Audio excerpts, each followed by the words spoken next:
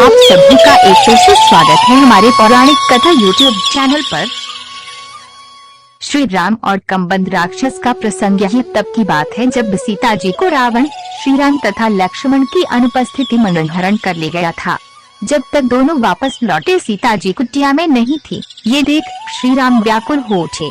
वे समझ नहीं पा रहे थे कि आखिरकार सीता कहाँ गई और उनकी खोज में दोनों जंगल की ओर निकल गए। कुछ दूर जाने पर उन्होंने एक गिद्ध को जख्मी हालत में देखा। वह अपनी आखिरी श्वास ले रहा था। वह था जटायु। उसने बताया कि उसने श्री राम की पत्नी सीता को देखा है। लंका का दुष्ट राजा रावण उसे अपने साथ ले गया। वह सीता जी को रावण से छुड़ाने का प्रयास ही कर रहा था, जिस दौरान रावण ने उस पर तीखा प्रहार किया। यह बताते हुए जटायु ने अपनी आखिरी सांसें ली, जिसके बाद श्री राम और लक्ष्मण ने जटायु का अंतिम संस्कार किया। अब वे ये तो जान गए थे कि सीता जी को रावण ले गया, लेकिन उन तक कैसे पहुंचा जाए ये नहीं जानते थे। लेकिन मन तो परेशान था, इसलिए पाँव ना रुके और दोनों घने जंगल में सीता जी की तलाश में आगे बढ़ते चले गए। कुछ दूर जाने पर अचानक उन्होंने एक अजीब से प्राणी को देखा। वह एक राक्षस था जिसका नाम था कबंध। महर्षि वाल्मीकि रचित रामायण के अनुसार यह राक्षस उस काल के सबसे अजीबोगरीब राक्षसों में से एक था। इस राक्षस का सिर, घर, मुख, कोई भी अंग सही स्थान पर नहीं था। कहते हैं कि इसका मुंह इसके पेट के स्थान पर था और इसका दिमाग इसके सीने पर था तथा दोनों के बीचों बीच थी इसकी आँख, लेकिन एक ही आँख।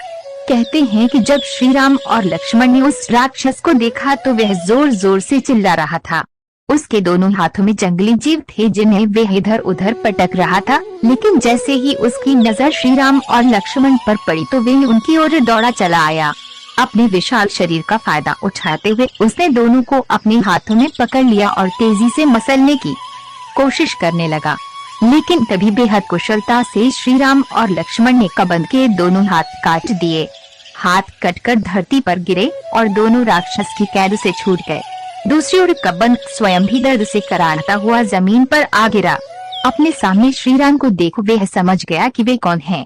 वह विनम्रता पूर्वक श्री राम की ओर बढ़ा और बोला, हे देव, मैं तो आप ही का इंतजार कर रहा था। मैं जानता था कि मुझ पापी को इस दंड से मुक्ति देने के लिए आप जरूर आएंगे। कबंध ने बताया कि वो पिछले जन्म में एक ऋषि पुत्र था, लेकिन वह कुछ दुष्ट मिजाज का था। वह तपस्या में लीन अन्य ऋषियों को तंग करता और राक्षसों जैसे वेश बनाकर उनकी साधना भंग करने पहुंच जाता। उसकी इन्हीं हरकतों से तंग आकर एक ऋषि ने उसे हमेशा के लिए राक्षस बनने का श्राप दे दिया, जिस कारण वश वह इस अजीबोगरीब कबंध राक्षस के वेश में जंगल में भटक रहा था।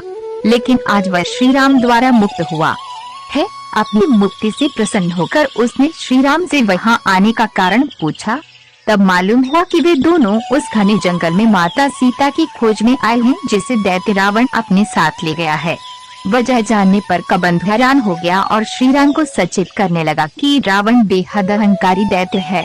वह काफी बलशाली है। न केवल अन्य दैत्य बल्कि स्वयं देवता भी उससे भय खाते हैं। उसने सभी देवताओं को भी परेशान किया हुआ है। उसने कहा कि वह जानता है कि श्री राम अपनी पत्नी को रावण की कैद से छुड़ाने के लिए हर संभव प्रयास करेंगे, लेकिन फिर भी वे एक ऐसा सुझाव देना चाहता है जिससे उनके बंधे हुए मार्ग खुलते जाएंगे और अंत में वे अपनी अर्धांगिनी को लेकर ही आएंगे। रामायण ग्रंथ में कबंध तथा श्री राम की इस वार्तालाप के ऊपर एक श्लोक मौजूद है। गच्छ शीघ्रमितो वीर सुग्रीवं तं महाबलम् वयस्यन्तं कुरुक्षेत्रमितो गतवाद राघव। अर्थात सुग्रीव ही वह शख्स है जो उन्हें सीता जी तक पहुंचने में मदद कर सकता है। उन्हें उसकी सहायता जरूर लेनी चाहिए। कम्बंध ने आगे कहा कि ऐसा नहीं है कि श्री राम अकेले अपनी पत्नी तक पहुंचने तथा दैत्य रावण के साथ संघर्ष करने के लिए सक्षम नहीं है, वरन उसके सुझाव के पीछे एक खास कारण छिपा है। इसमें कोई शक नहीं कि एक इंसान अपनी समझदारी का उपयोग करके एक बलवान को परास्त नहीं कर सकता, लेकिन उसकी समझदारी इसमें ही है कि वे उस बलवान को हराने के लिए सही विकल्पों का प्रयोग करे। कबंध के अनुसार श्री राम के लिए सुग्रीव एकमात्र ऐसा विकल्प था जो कठिनाई के इस मार्ग में उनके लिए सहायक सिद्ध होने वाला था।